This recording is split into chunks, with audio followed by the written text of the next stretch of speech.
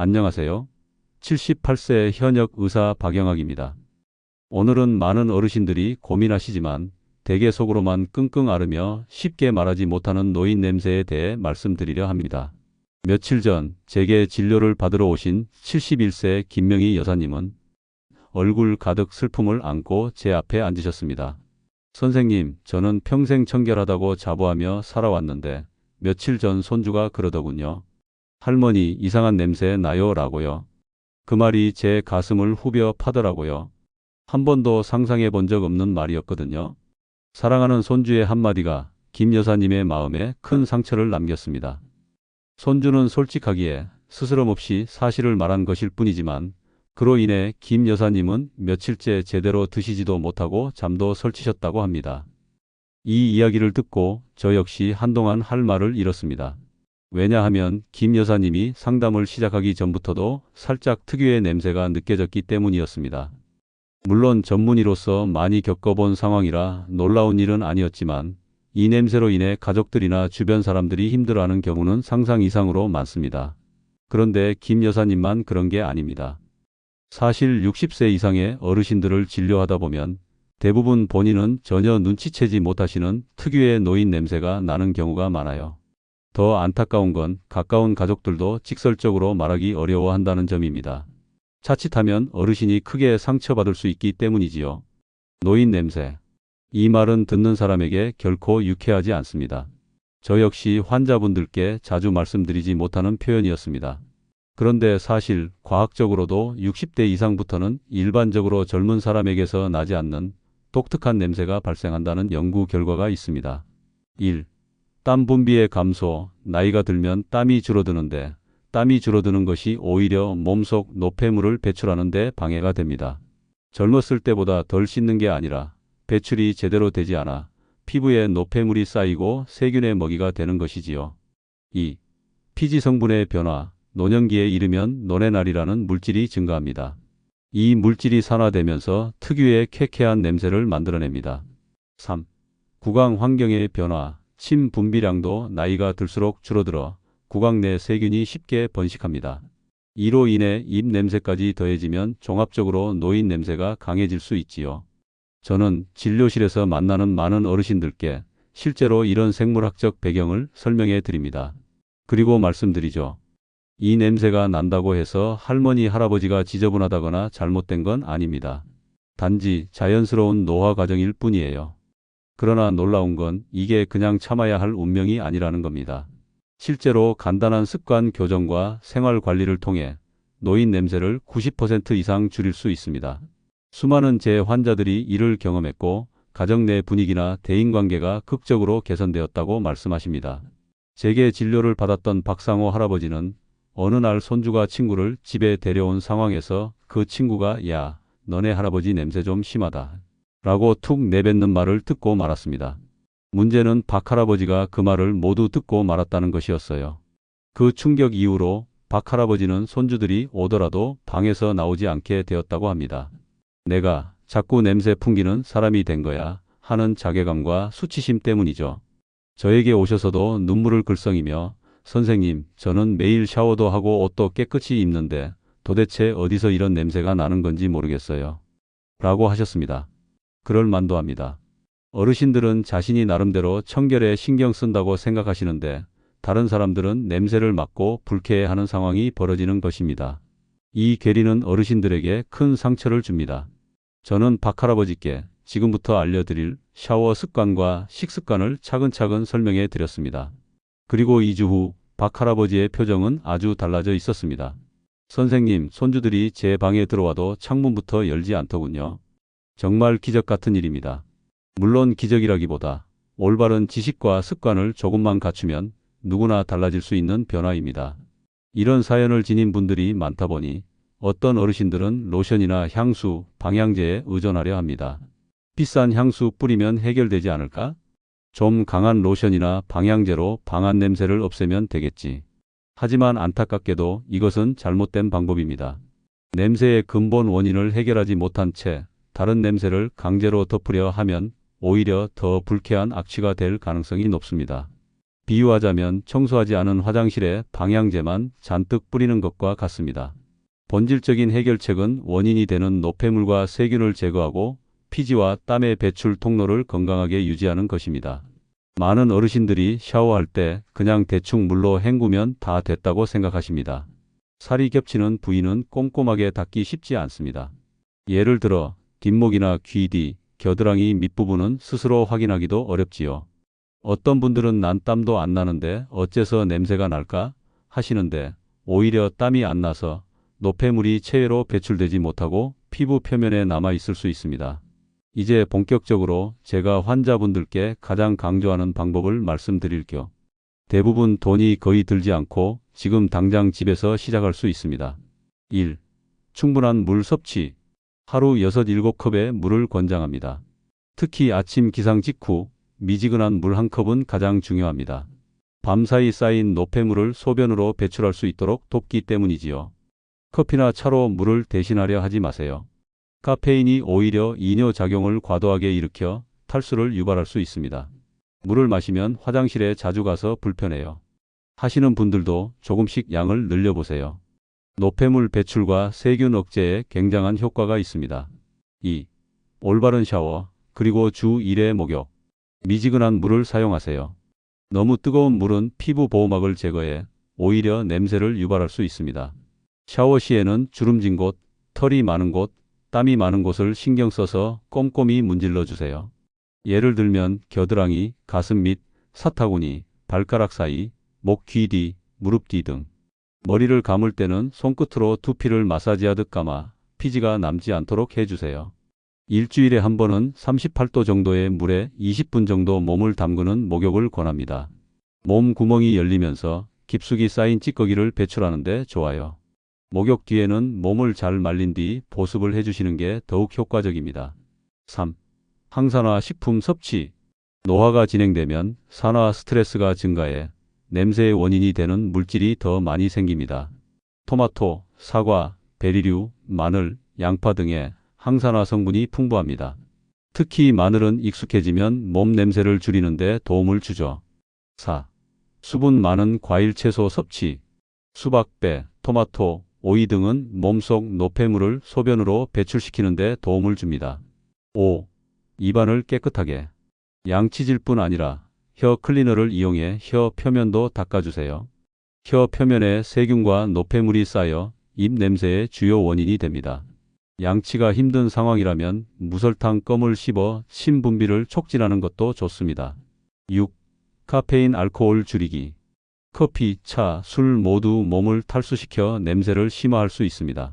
특히 술은 아세트알데히드라는 물질로 분해되는데 이게 땀으로 배출되면 특유의 불쾌한 냄새를 냅니다. 실제 환자들의 이야기를 해볼까 합니다.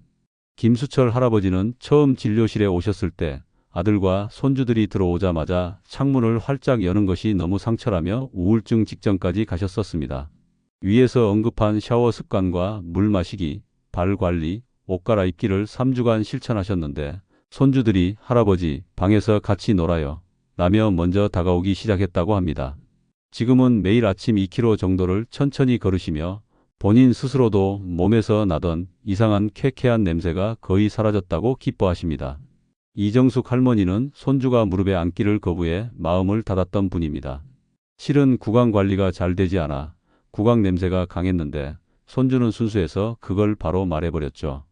이 할머니는 하루 3번 양치질 후 혀 클리너로 혀를 닦기 시작하고 물을 충분히 마시며 가볍게 산책을 하셨습니다. 2달이 지난 어느 날 손주가 다시 할머니 무릎에 앉아 동화책을 읽고 할머니 이제 냄새 안 나요? 라고 해주었다고 눈물을 글썽이셨습니다. 또 이봉남 할아버지의 진료 결과 머리에서 나는 심한 냄새가 주 원인이었습니다.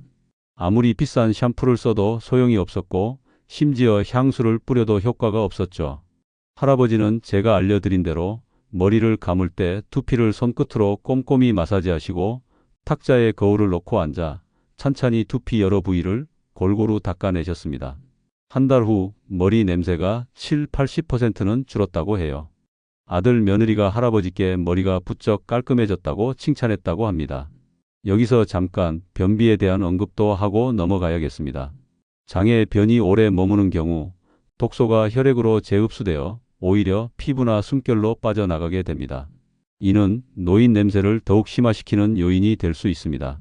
매일 규칙적으로 배변을 한다면 몸에 쌓이는 독소가 훨씬 적어지며 냄새도 줄어듭니다.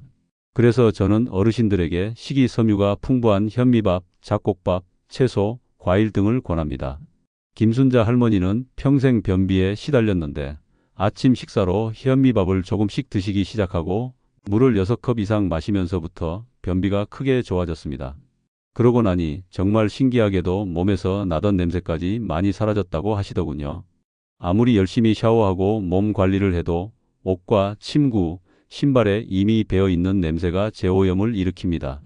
예를 들어 하루 종일 땀과 피지가 스며든 옷을 몇 번이고 다시 입으면 금세 다시 냄새가 배기 쉽습니다. 같은 옷을 2, 3일 연속으로 입지 마시고 하루 입으면 바로 세탁하는 습관을 들이세요. 특히 더운 계절에는 필수입니다. 베개 커버, 이불 커버는 최소 주일에는 갈아주셔야 합니다. 오랜 습관대로 한 달에 한 번 세탁하시면 몸에서 좋은 향이 나더라도 침구에서 냄새가 올라올 수 있어요. 발냄새가 살짝이라도 나기 시작하면 신발 내부까지 스며들어 악취를 풍길 수 있습니다. 그래서 매일 새 양말을 신고 신발은 번갈아 신으세요. 혹은 내부에 베이킹 소다를 뿌려두어 탈취 효과를 노리세요. 저도 예전에 발냄새로 고민하던 시절이 있었습니다. 그때 매일 같은 구두를 신고 병원을 다녔는데 발에서 올라오는 냄새에 환자분들이 불편하지 않을까 노심초사했던 기억이 납니다. 그래서 두세 켤레를 번갈아 신었더니 그런 문제가 말끔히 해결되었죠. 이처럼 작은 습관 하나가 냄새를 완전히 바꿔놓습니다. 앞서 언급한 이정숙 할머니나 김수철 할아버지처럼 거의 모든 어르신들이 냄새 문제로 인해 가족과 심리적 거리를 느낀다고 토로하십니다. 더욱이 손주들은 솔직하고 예민합니다. 그렇지만 의외로 간단한 방법으로 노인 냄새가 확 줄어들면 아이들은 금세 알아차리고 다시 곁에 다가옵니다. 할머니, 오늘은 좋은 냄새 나요. 할아버지, 나 이제 무릎에 앉아도 되겠죠? 이런 말을 직접 듣는 순간 그 기쁨은 이루 말할 수 없습니다. 한번 꺼져버린 것만 같았던 가족 간의 친밀함이 다시 살아나는 겁니다. 저 역시 처음 의사 생활을 시작할 땐 이 문제를 그냥 자연스러운 노화 정도로 간주했습니다. 하지만 50년 넘게 어르신들을 진료하고 실제로 소소한 습관 개선으로 삶이 바뀌는 과정을 지켜보면서 이제는 꼭 강조해서 알려드리고 있습니다. 이거 정말 되는데요? 하고 환자분들이 좋아하시거든요. 마지막으로 지금까지의 핵심을 정리해 드리겠습니다. 1. 노인 냄새의 원인. 나이 들며 땀 분비가 줄어들어 노폐물이 쌓임. 피지 구성 변화. 구강 건조로 인한 세균 번식. 불규칙한 식습관, 수분 부족, 변비 등. 옷, 침구, 신발 등 외부 환경 관리 소홀. 2. 해결책. 하루 6, 7컵, 특히 아침에 미지근한 물 1컵 마시기. 햇볕 아래 20분 정도 걷기. 주름진 곳, 털 많은 곳, 땀 많은 곳을 집중 세척하기. 마늘, 양파, 토마토, 사과, 각종 채소과일 등 항산화 식품 섭취하기. 하루 3번 혀 클리너, 무설탕, 껌, 양치질하기. 속옷은 매일 갈아입고 신발은 번갈아 신기. 카페인, 알코올 줄이기. 현미 잡곡밥, 식이섬유 많이 섭취하기. 이 모든 것이 사실 대단한 비법이 아닙니다. 그러나 과학적으로 증명된 원인을 토대로 단순하면서도 효과적인 생활 관리를 꾸준히 해주시면 이 나이에 내가 이렇게 달라질 줄이야 하며 스스로 놀라시게 될 겁니다. 옛날에는 노인 냄새가 당연한 것으로 여겨졌습니다. 나이 들면 그렇지 뭐 하며 그저 운명처럼 받아들였지요. 하지만 시대가 변했습니다. 의학적 지식도 늘었고 위생관념도 높아졌습니다. 이제는 간단한 관리만으로도 냄새를 크게 줄일 수 있습니다. 게다가 그 덕분에 생기는 심리적 사회적 이점이 무척 큽니다. 가족의 관계가 개선되고 손주와의 거리감이 줄어들고 지인들과의 모임에서도 당당해지는 거죠. 누가 내 옆자리 앉기를 꺼려할까봐 걱정이었는데 이제는 편하게 대화하게 되었다. 손주들이 아예 나를 피하는 줄 알았는데 다시 내 무릎에 앉아주니 이렇게 행복할 수가 없다. 이런 말씀을 듣고 있으면 의사로서 보람을 느낍니다. 당신도 할 수 있습니다. 마지막으로 한 가지 더 말씀드리고 싶은 건 아무리 좋은 방법이라 해도 지속하지 않으면 의미가 없다는 겁니다. 처음 이틀, 사흘만 실천하시고 에이, 별 효과 없나 보네 하고 포기하시는 분들도 있어요. 그러나 이는 수십 년간의 습관을 며칠 만에 바꿀 수 없다는 걸 간과하신 거죠. 최소한 2주에서 4주는 지속해 보세요. 그 사이 냄새가 차차 사라지고 주변 사람들의 반응이 달라지는 걸 발견하실 겁니다. 조금 귀찮더라도 이 작은 노력들이 남은 인생을 훨씬 즐겁고 당당하게 만들어줍니다. 만약 이미 손주나 며느리 혹은 누군가에게 특유의 냄새 이야기를 들어 마음의 상처를 받으셨다면 절대 좌절하지 마세요. 그건 결코 부끄럽거나 지저분해서 생기는 일이 아닙니다. 생물학적 현상일 뿐이죠. 다만 이제는 충분히 대처 가능하다는 사실을 기억해 주세요. 나이가 들어도 삶의 질은 개선할 수 있습니다. 제가 78세인 지금도 현역으로 환자를 만나며 이렇게 영상을 만들고 있는 이유는 제가 직접 깨달은 경험과 수많은 환자의 회복 사례가 있기 때문입니다. 정말로 할 수 있을까? 지금 시작해도 늦지 않았을까? 고민하신다면 저는 이렇게 답변 드리고 싶습니다. 늦었다고 생각하실 때가 가장 빠른 때입니다. 눈을 감고 손주가 다시 내 무릎으로 다가와 웃는 모습을 상상해 보세요. 혹은 지인이 내 옆자리에 자연스럽게 앉아 대화를 나누는 장면을 떠올려 보세요. 그 행복을 되찾을 수 있는 길이 바로 여기 있습니다. 오늘의 이야기가 도움이 되셨다면 주변 어르신들과도 공유해 주세요. 노인 냄새 문제로 상처받거나 가족 사이가 소원해지는 일이 더는 없었으면 하는 마음입니다. 이 영상을 통해 얻은 작은 팁들을 하나씩 실천하시면서 건강하고 자신감 있는 노년을 즐기시길 진심으로 바랍니다.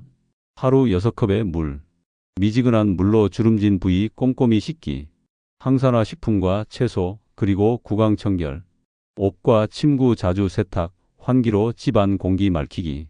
이 모든 것은 결코 어렵거나 거창한 일이 아닙니다. 다만 지속하느냐 마느냐의 차이가 손주가 돌아오는 삶을 선물해 줄 것입니다. 이상 78세 현역 의사 박영학이었습니다. 여러분의 건강과 행복을 언제나 응원합니다. 감사합니다.